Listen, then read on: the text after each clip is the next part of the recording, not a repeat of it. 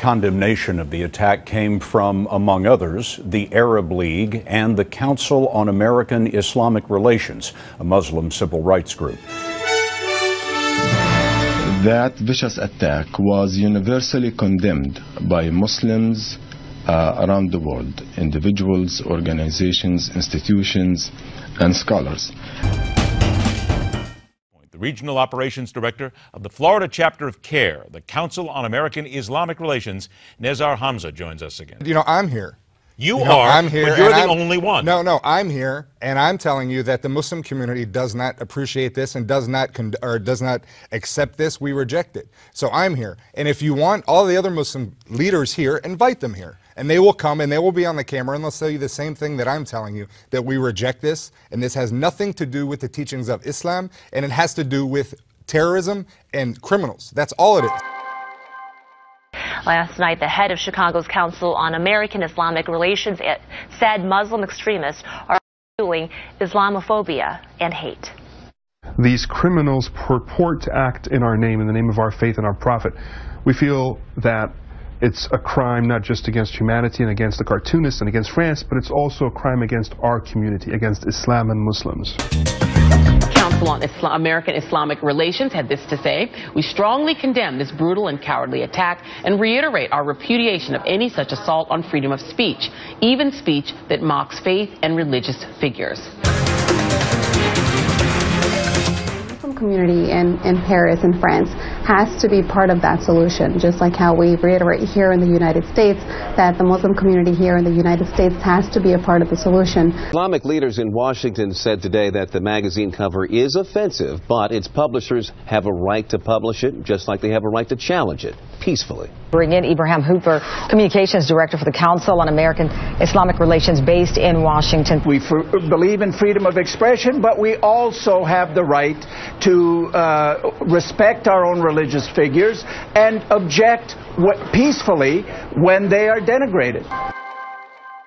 A spokesman for the Council on American Islamic Relations in Anaheim says nothing can justify attacks on innocent people. If someone uses free speech to insult and mock Prophet Muhammad, we should also be using free speech, as we always do, to educate and correct misperceptions about Prophet Muhammad.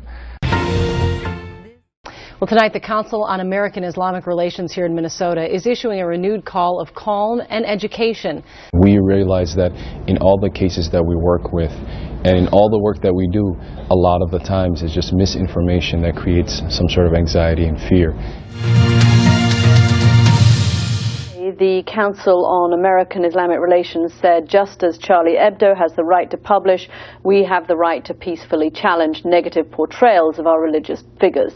We have to keep in mind that the terrorists kill Al-Qaeda, ISIS, and groups of their ideology kill more Muslims than they do people of any other faith. This is CNN Breaking News. Based in Washington State is the executive director of the Council of American Islamic Relations, which is the largest civil rights and advocacy group for Muslims in the U.S. Everyone has that right, and that's been taken away from her. I can only imagine what it's like to be her at this point. I was hoping, and she was hoping, that over time things would fade away, this controversy would fade away, but unfortunately this has resurfaced again. Now, we spoke with the president of the Council on American Islamic Relations, San Antonio chapter, Sarwat Hussain. The thing that hurts us most is about the media, that anytime any Muslim does something wrong, always a Muslim did it, a Muslim did it.